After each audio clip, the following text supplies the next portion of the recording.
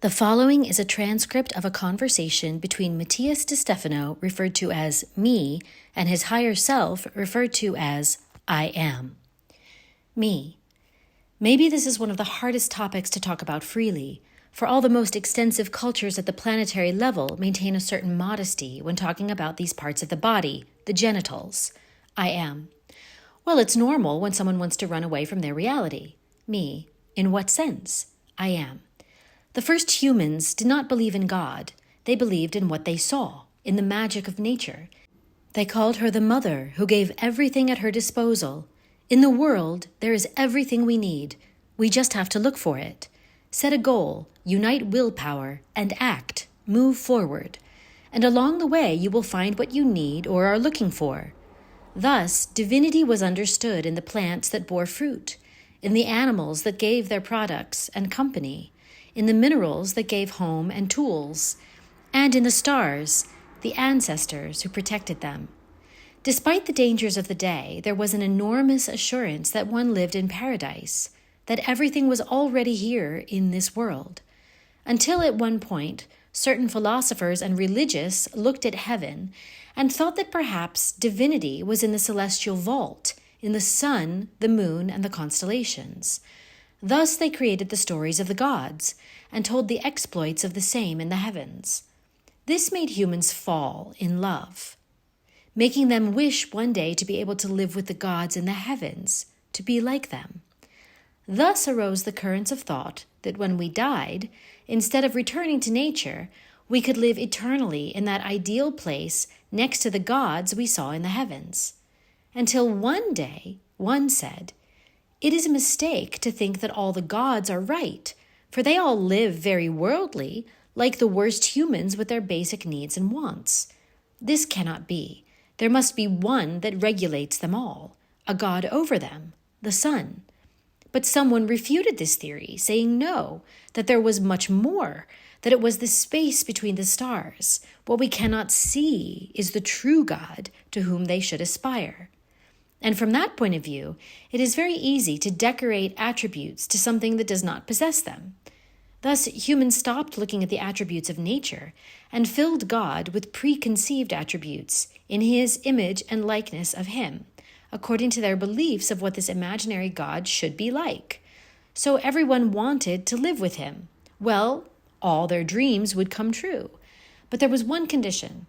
To get to heaven, you had to abandon the mundane. Basically, leave nature, abandon the mother. Me.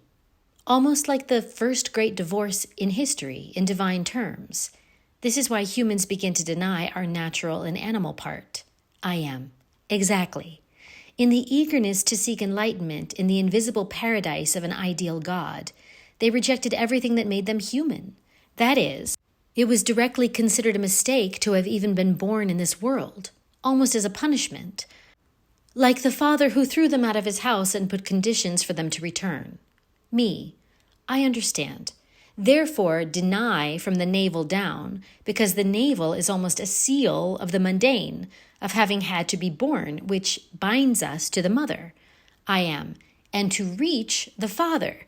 The umbilical cord had to be cut. Only then would we find comfort in his arms. Me.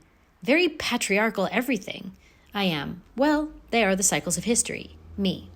So that's how most cultures denied sex, blocked their genitalia, and basically caused all of humanity's traumas. I am.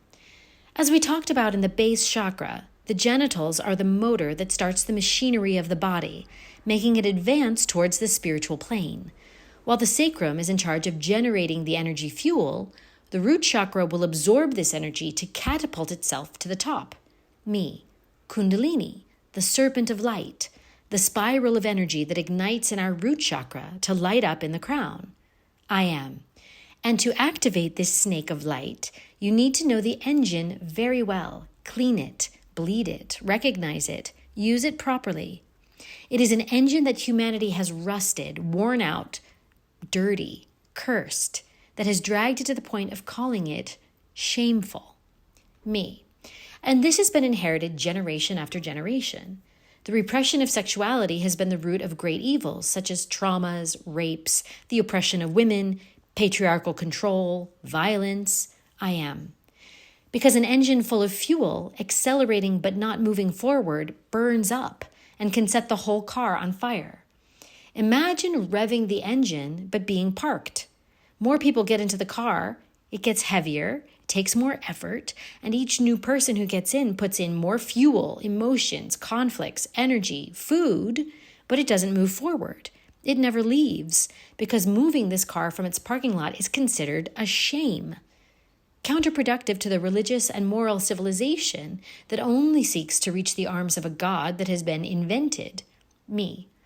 Yes, it's hard, but you also have to understand that in the search to transcend, to want to be better, the image of God is like that idyllic Greek hero, king of kings, father that everyone would like to have or be, with whom they would like to live, and that helps them want to improve in life, since their rules to enter their house are basically the morals and ethics that form peoples. I am. Yes, such a point of view is understandable from a conceptual point of view, if it weren't for the fact that the facts show the opposite. Never have so many sins been committed together as since the appearance of ideological monotheisms. They guide people to seek heaven as the highest reality, thus despising the earth as their prison, believing themselves superior to everything related to the mundane, dividing the social classes, the races between the inferior and superior, the connoisseurs above the apprentices, the men above the women, and the boys below, and below them the girls, animals and plants as mere gifts from God, soulless products for humans to use at their mercy and will. Me. Sure, not to mention that there have been more wars, deaths, and rapes of all kinds during the expansion of monotheistic religions than at any other time in history. I am. The great advances of humanity occurred during the periods of history in which humans returned to look at the mother, at nature, in which they reopened their sexuality, to be reborn. Me. The Renaissance, then, began to be one of the keys that reawakened the concepts of equality, art, nature, human beings as natural agents and not divine, which led to the search for the study of nature, science, recovery of the republics and liberties. I am. How many things can be achieved when we free ourselves from the image that the divine is in heaven and recognize the sacredness of the mundane? What you call God has created nature in his image and likeness. Me. So looking down again, honoring our roots so we can flourish. I am. Like a beautiful tree with firm roots. Me. This will take time, since we are just today in a transitional period of human history in which repression exploded into licentiousness. I am. Too long have you repressed this chakra and its organs. It is normal. The flow of energy in a body is like a river with enormous force flowing towards the sea. The rains create the streams of the sacrum, which unite, falling with force in the waterfalls of the root chakra, which empowers the journey of life, through the rocky paths that shape the being, towards the fertile valleys of the heart, reaching the towns with their merchants in the throat, nourishing the temples of the philosophers and palaces of the politicians in the pineal, opening up in a beautiful delta, expanding in the temples of the divinity, like the Nile. Me, Atertumti, heaven on earth, as we call it. I am. But now, all that beauty has stopped. The rains have stopped, and a huge dam has been built in the middle of its path, in its navel. The force of the waters now stops in a huge lake, and only a thin trickle of water reaches the sea. In the rainy season, the water no longer flows freely and is regulated by civilization. This allows more and more people to spread out where water once created huge fertile lands and rip through nature like a cancer along the spinal cord.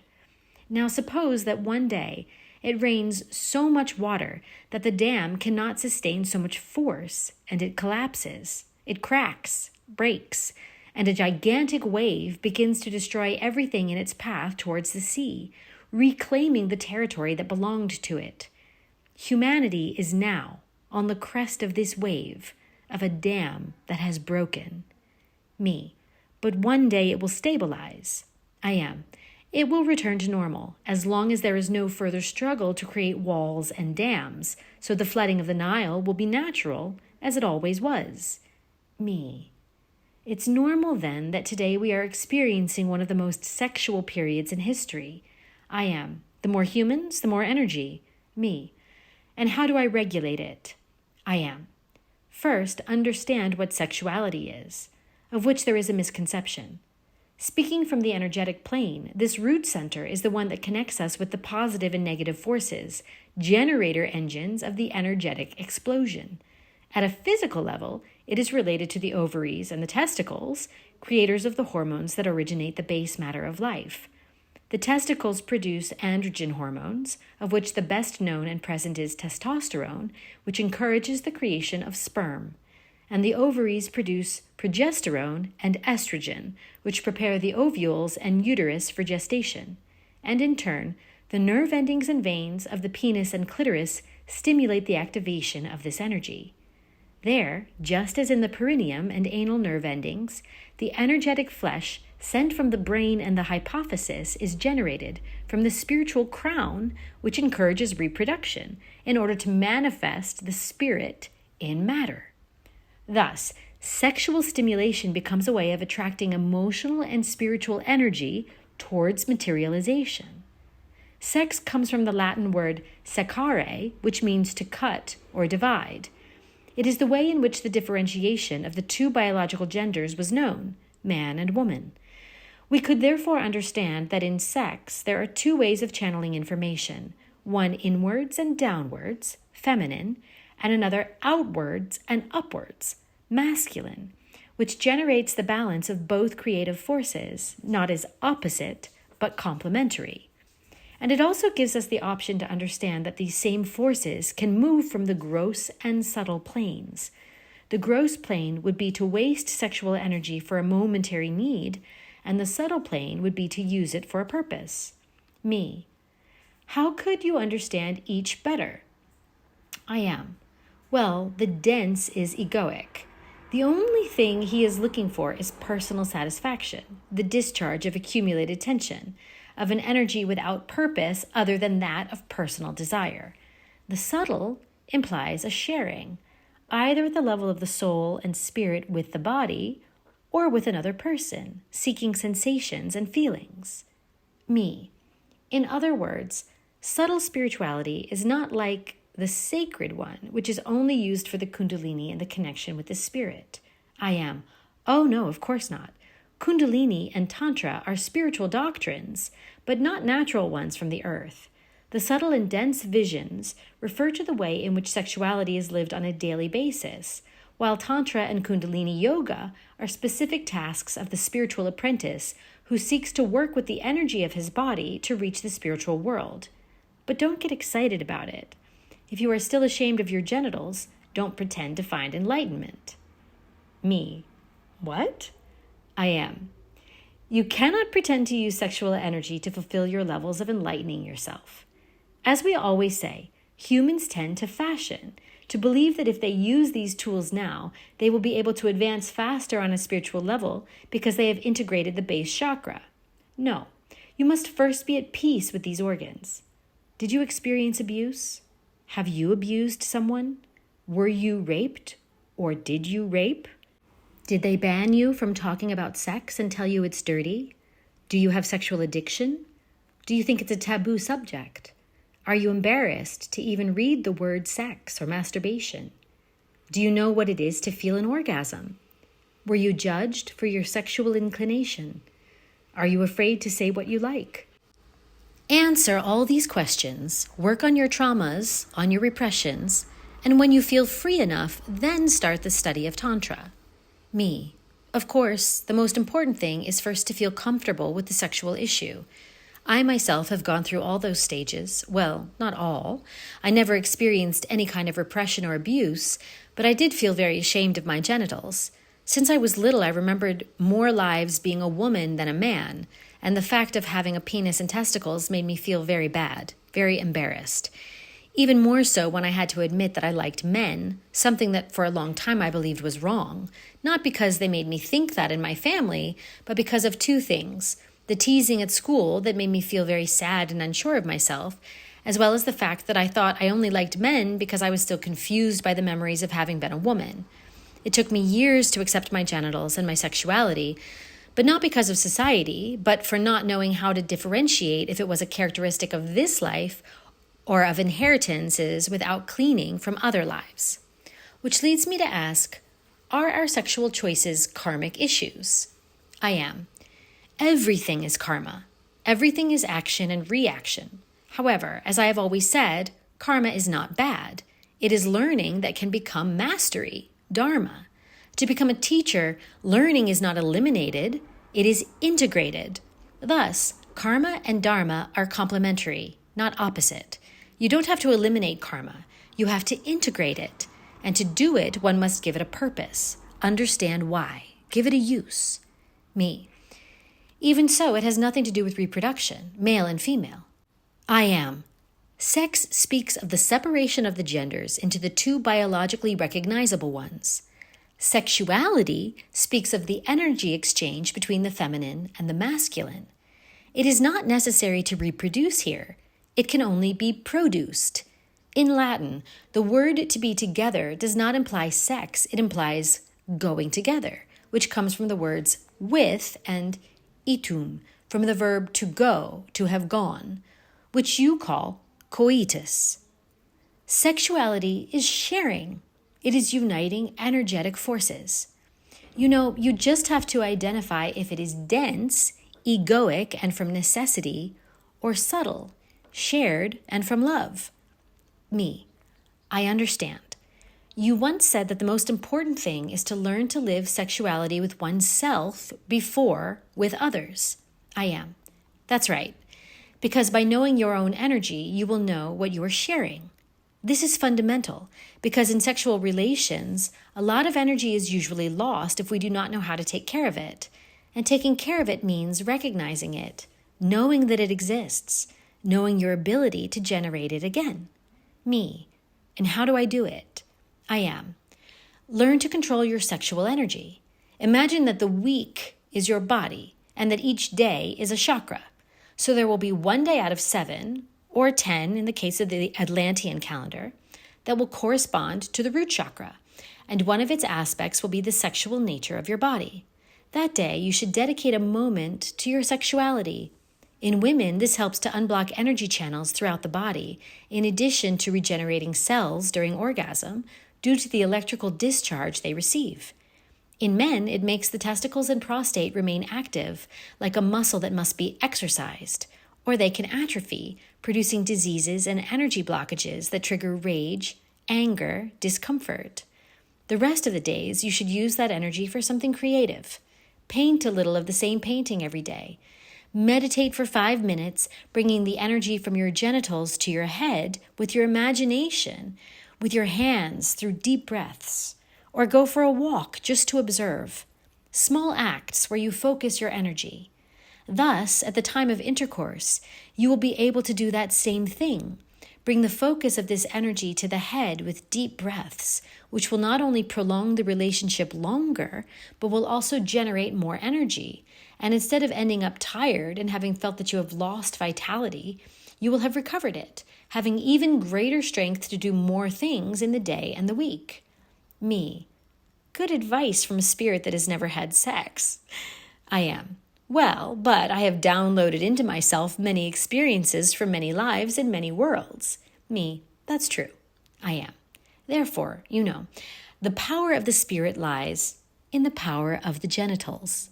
As long as you know how to value them as the roots they are, your tree will flourish more than ever. Me. As we said in Chem, Wix ur haya miur.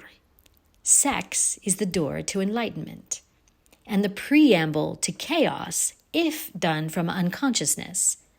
I am. Breathe in and return to Mother Nature, for it is the only way you will get to heaven. Me, the cosmic orgasm.